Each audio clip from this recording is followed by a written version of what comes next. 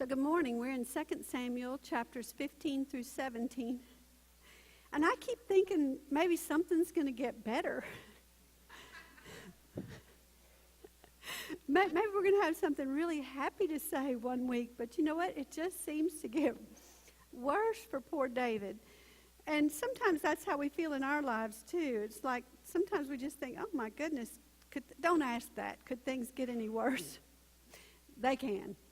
They can. So there are two distinct characters revealed in this week's study. The first one is we see the character of God manifested in David. And the second is we see the character of Satan manifested in Absalom. In Deuteronomy 17, 14 through 20, and you can mark that. I'm not going to read the whole thing. I'm going to put it in a capsule for you, but you might want to read that at some point. In God's providence, he set forth rules and guidelines for the king. Way back in Deuteronomy, he says, when you go into that land, you're going to demand a king because you want to be like other nations. And what did they do? We learned that in 1 Samuel. Yes, they demanded a king because they wanted to be like other nations who had a king who would protect their people. So they were sidestepping God and saying, we want a person. We all do that. We can't point any fingers at those people. We all do that. But these are the guidelines. Number one, choose a king from among your own brethren. No foreigners. I wonder where we get that in our United States, and that they want to keep the Bible out of everything. No foreigners. Do not multiply horses for yourself, nor cause the people to return to Egypt to multiply horses. That's very important. God did not want them to go back to the place he had brought them out of. A little side note here. When God brings us out of a place, don't go back. Keep pressing forward. Don't look back. Keep moving on and moving toward what God has for you in your future. He says, do not multiply wives. Do not greatly multiply gold or silver. The king shall write for himself as a copy of this law, and it will be with him, and he shall read it all the days of his life, that he may learn to fear God and be careful to observe all the words of this law and these statutes. And this is the reason for that. So his heart will not be exalted above his brothers, that he may not turn aside, that he may prolong his days in his kingdom, he and his children in the midst of Israel. Somewhere along the line, David lost sight of God's instructions. David lost sight of the fact that he was supposed to have this daily reminder in front of him and continually go back to the laws and the statutes to see, am I measuring up? Am I following these things? Am I doing the things I'm supposed to do? It keeps you from veering off course when you're constantly in the law. We talk about being in the Word. If you're constantly in the Word, you are reminded daily what God expects of us and how to live our lives, and live our lives in such a way that we have abundance and we have peace and things go well with us. His heart was for the king to remain humble and not to think of himself as more than what the people were. He was simply a tool in God's hands to care for the people. That's what the king was. Well, let's look at the evil character in Absalom that's revealed. Absalom was born with outward beauty. It says from the top of his head to the soles of his feet, he was gorgeous. Drop dead gorgeous. And he had hair. For those of us who have husbands who have lost their hair, hair's real important. Just kidding. Just kidding.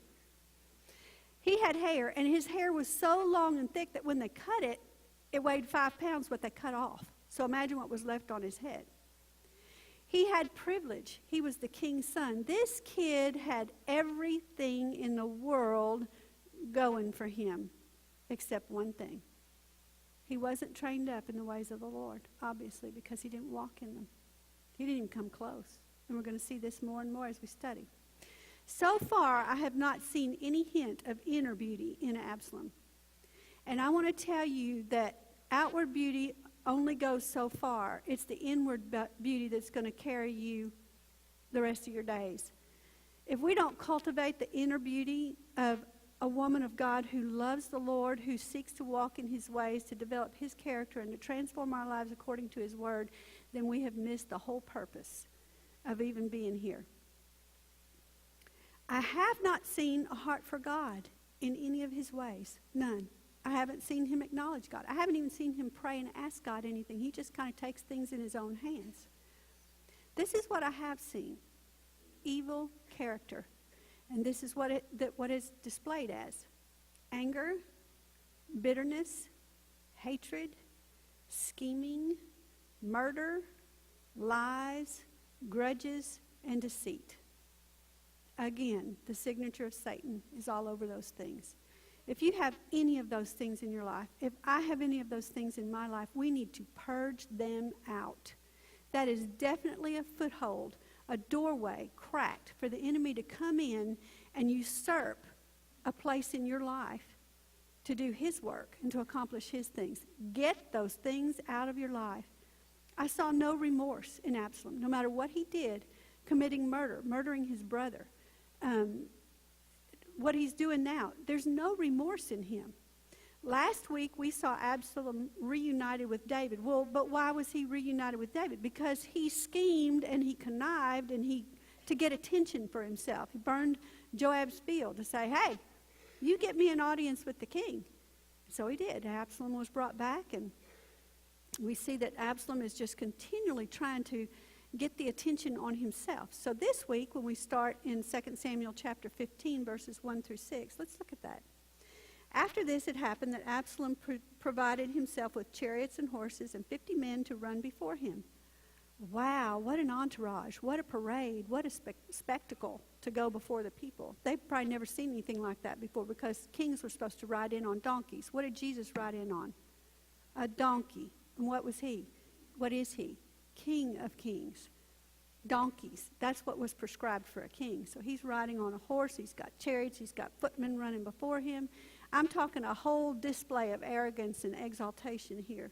It says, now Absalom would rise early and stand beside the way to the gate. So it was whenever anyone who had a lawsuit came to the king for a decision, that Absalom would call to him and say, what city are you from? And he would say, your servant is from such and such a tribe of Israel. Then Absalom would say to him, look, your case is good and right, but there is no deputy of the king to hear you. In other words, the king doesn't really care about you.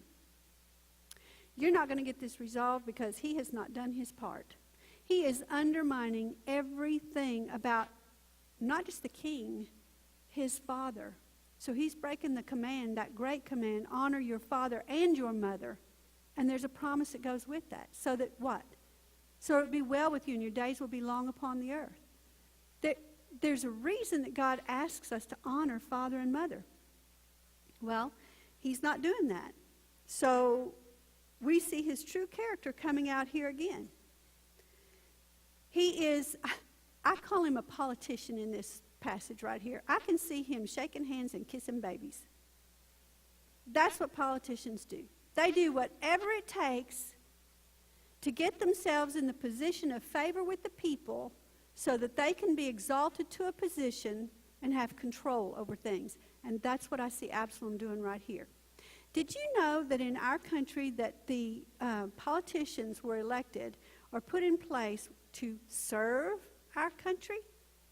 Serve. I don't think I've seen any service in a while. It's all about me and what can I get out of this. We need people who are willing to serve the people, serve this country, and do it selflessly so that we can see some good things come about. Absalom was everything opposite of all of those things.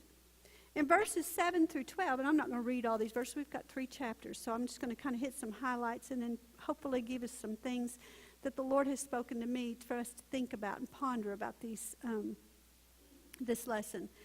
Absalom spent 40 years dishonoring the king. 40 years. He said he did this for 40 years. That's a long time to spend undermining the king and making your case to the people that you are the best choice to watch over them and take care of them and judge righteously and all those kind of things. Let me just say this. You will never get righteousness out of evil character. Never. It's not going to happen. So don't look to someone who displays or demonstrates evil character in every other area of their life and expect some form of righteousness to come out. It's not going to happen. Those two don't cooperate. They don't cohabitate. They're not in the same circle with one another. And it was in order to cause them to see Absalom as their only help in any kind of matter.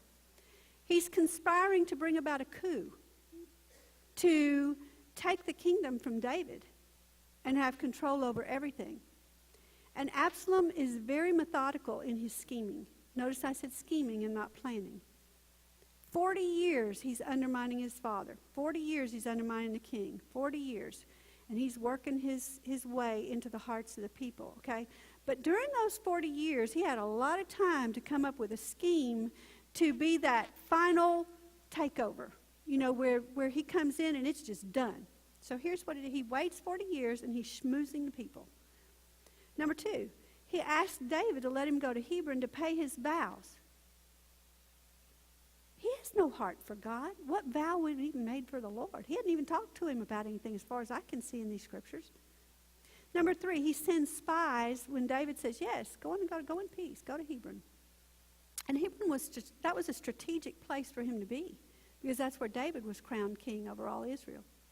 Number 3, he sends spies throughout all the tribes to have them, when the trumpet sounds, rise up and say, Absalom is king in Hebron. Because that's what it took to make a king. It wasn't like they have ballot boxes and go in behind a curtain and nobody knows who you voted for and all those kind of things. That's the way they did it back then. Number 4, he invites 200 unwitting men. They did not know. They were innocent in all of this. They did not know what he was up to and what he was doing. 200 men from Jerusalem to go with him. And then number 5, he involves Ahithophel, who is David's trusted counselor. And he involves him in this conspiracy that he's got to overthrow David as king. So in Absalom we see these things: lying, deceit, conniving, scheming, and betrayal. Again, all things that are the work of the enemy. All things. So in chapter 15, verses 13 through 37, and again, I'm not going to read them because you've read them and it's a lot to read. So when this messenger comes to David and tells him what the hearts of the men of Israel are with Absalom, that the hearts of the men of Israel are with Absalom, and it sounds like, oh my goodness, everybody's against me. Have you ever felt like that? Somebody comes and gives you a bad word and you think, everybody hates me. Everybody hates me. And so David he has no choice but to flee the city, flee Jerusalem. And there is an order, though, in his escape plan. It's not just chaos and helter-skelter. He's in urgent hurry-up mode, but he doesn't leave without order. And this is the first place that we see godly character demonstrated. Our God is a God of order. He's not a God of confusion. And when we do things for him or with him as our banner over us, we should do things in an orderly fashion. So this is what he does. He takes his servants and all his wives and children, and he takes the 600 men who had been with him, loyal to him when he was running from Saul all those years. And then he leaves behind 10 concubines to keep the house, to take care of the house. So he leaves in an orderly fashion. And all of Israel, by the way, was not in allegiance with Absalom. God provides David with loyal and trustworthy servants, the 600 men, and then there are others who will come to aid in his refreshing along the way. When we are going through hard times, when we're in the refining fire and we're in a trial, the first thing that Satan wants to do is to convince you that you're by yourself. Nobody else has been passed this way before. You are by yourself and you're in a sinking boat. You have no life raft and no paddle. You're done. Because in being able to convince you of that, he makes us feel isolated, he makes us feel alone, and he makes us feel defeated. Like, so what's the use? Nobody's for me anyway. That's his greatest, best weapon, is to isolate us from other believers, from the Word, from God, from our fellowship with him, to make us think that we have no other hope or help. So the most important thing to remember in this whole account, or all of these accounts, is that God is on David's side. God will never side with evil. God is always going to side with righteousness. So he is on David's side. And even while experiencing shock, he had to be just in shock, reeling from the news and thinking, oh my goodness, because he's fat and happy as king sitting on the throne, and his son is doing all this dirty work for 40 years under him, and he is probably reeling from all of this. You see in the scripture where it says he goes up barefoot, his head covered, and he's weeping up the Mount of Olives. He is overwhelmed by what has just slammed into his life. But even while experiencing that shock and grief, David is full of compassion and mercy for those who followed him. So that's God's character expressed through him. David exhibits trust in God when he sends the ark back to the city.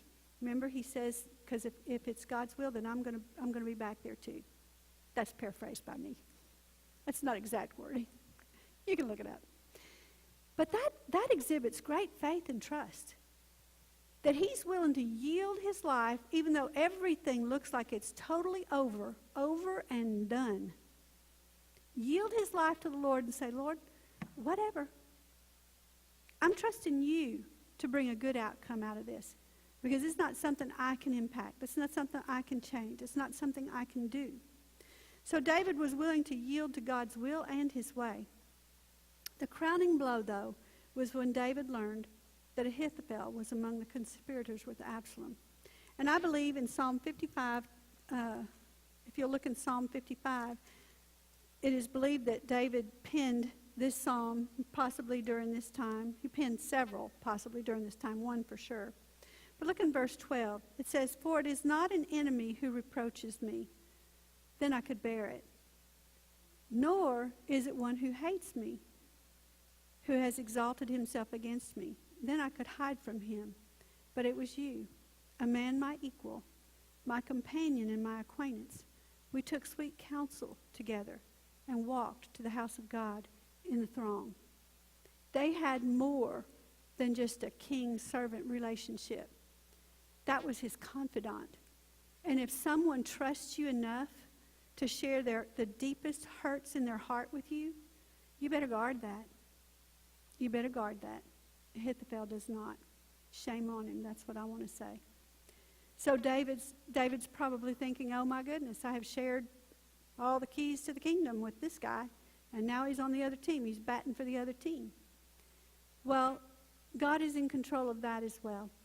So David now senses this terrible feeling of betrayal.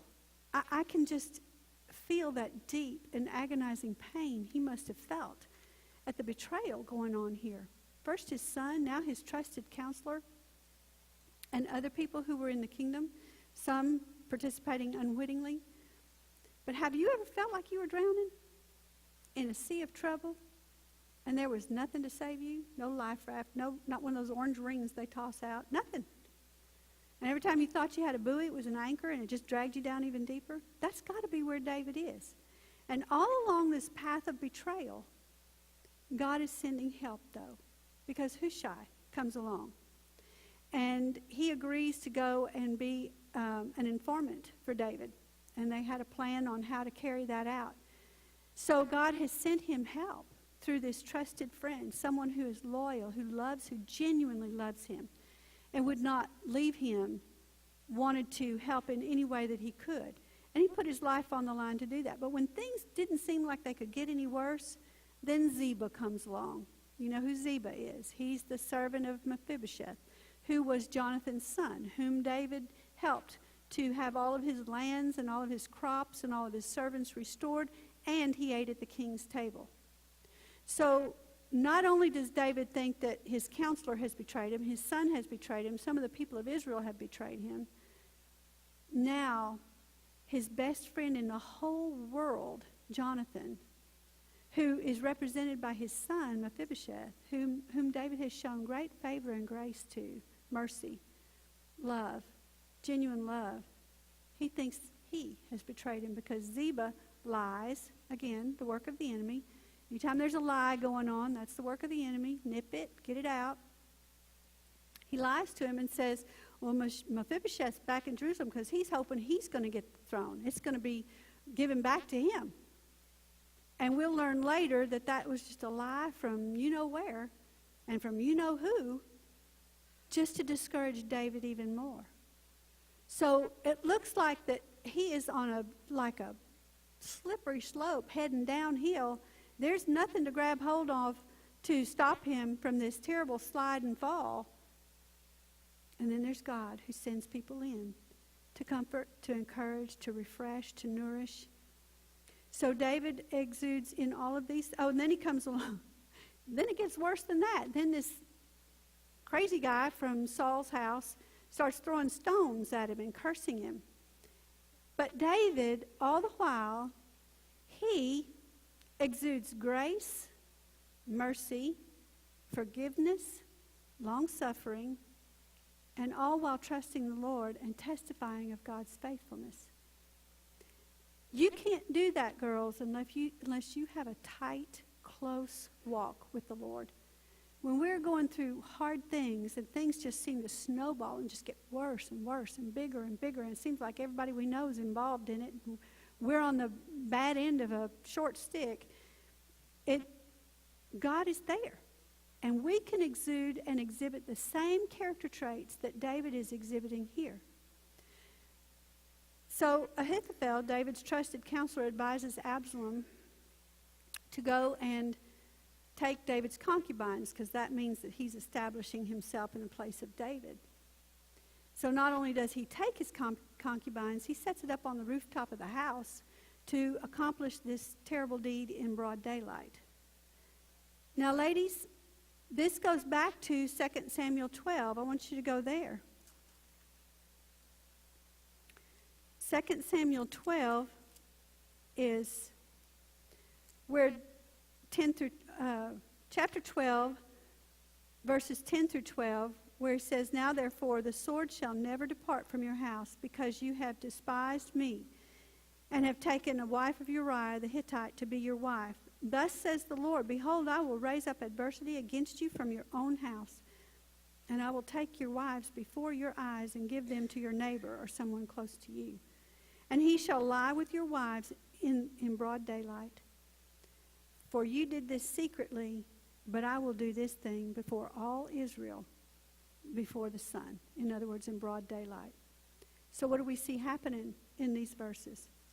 That God is, all of these things that have happened to David are in fulfillment of the judgment that God himself placed on David for his sin with Bathsheba. Not always do we experience the consequences of our sin. Not always. Sometimes God's mercy is so great that he forgives and it's gone and there are none. But sometimes there are things that follow, natural consequences that follow. So the sword did not depart from his house. His own son rose up against him. He had adversity from him. And Absalom ended up lying with David's concubines in the sight of all Israel in broad daylight. That's all in fulfillment. In 2 Samuel 17, God uses Hushai to thwart the enemy's plan against David, and David's able to escape. So God sends refreshment and provision for David while he's out in the wilderness, and to the people who were with him. David was not just in a literal wilderness. He was in an emotional and mental wilderness. Have you been there? You ever been there?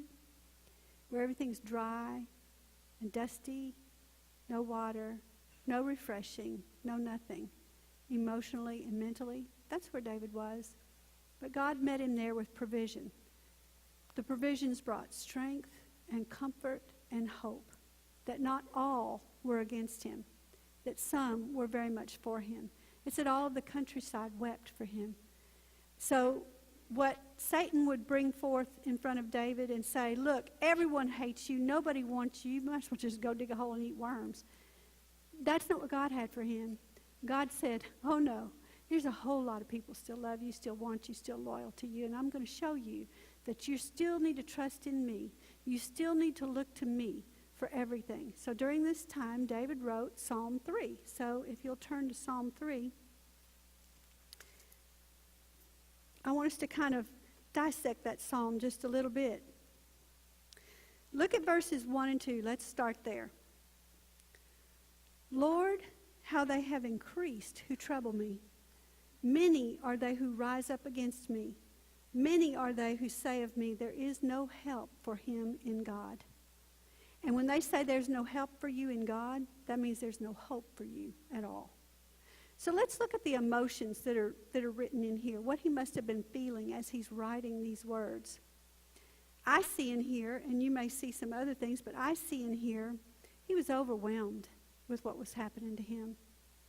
He was helpless, he was discouraged, defeated, and hopeless. That's what I see in those words. But we are just about to see a pivotal verse here in verse 3. And he's talking to God. All of these psalms are talking to God. He says, but you, O Lord, are a shield for me, my glory, and the one who lifts up my head. I cried to the Lord with my voice, and he heard me from his holy hill. Pause and think about that. But you, O Lord, are a shield for me. That is pivotal, because David, it's like he comes to his senses and says, wait a minute, all is not lost.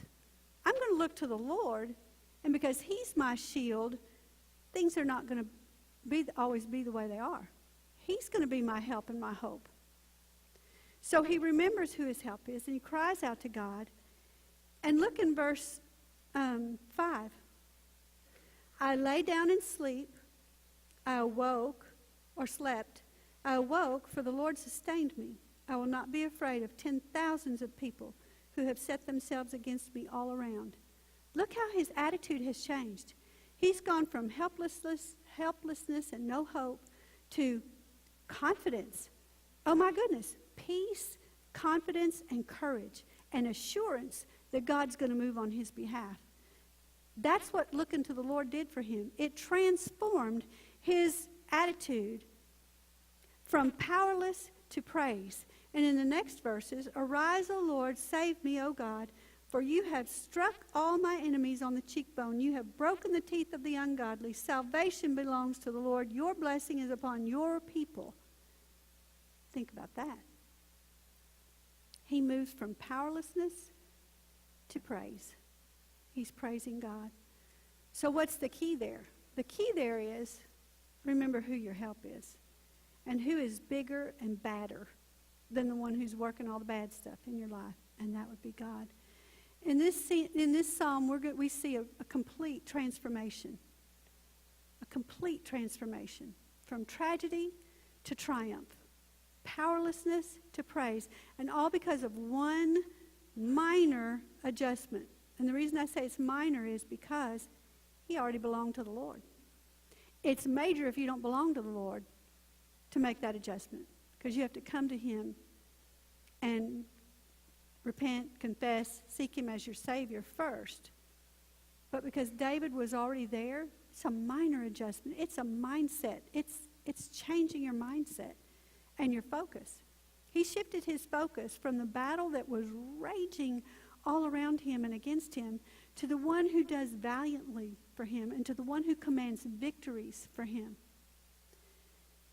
So there are all kinds of ways of doing battle with the enemy.